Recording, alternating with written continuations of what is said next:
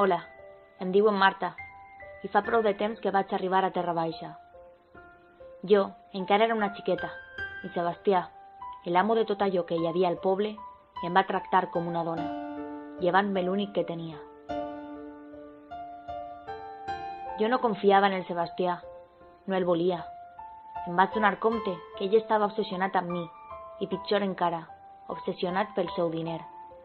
Així que jo vaig haver d'assumir i acceptar el meu casament per ocultar la nostra relació o el que fora, perquè jo mai m'havia estimat al Sebastià.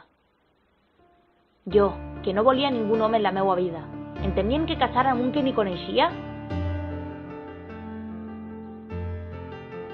La veritat és que quan em van presentar a Manelic, no em podia creure que ell fora el meu futur marit. Que panoli, quines pintes. Però a poc em vaig donar compte que era un home bo, un home que valia la pena, amb qui confiar, i em vaig enamorar d'ell, com una idiota. Jo, que pensava que mai voldria ningú, que com un animal m'havien tractat i que no podria estimar, vaig sentir en les meues pròpies carns el significat de l'amor.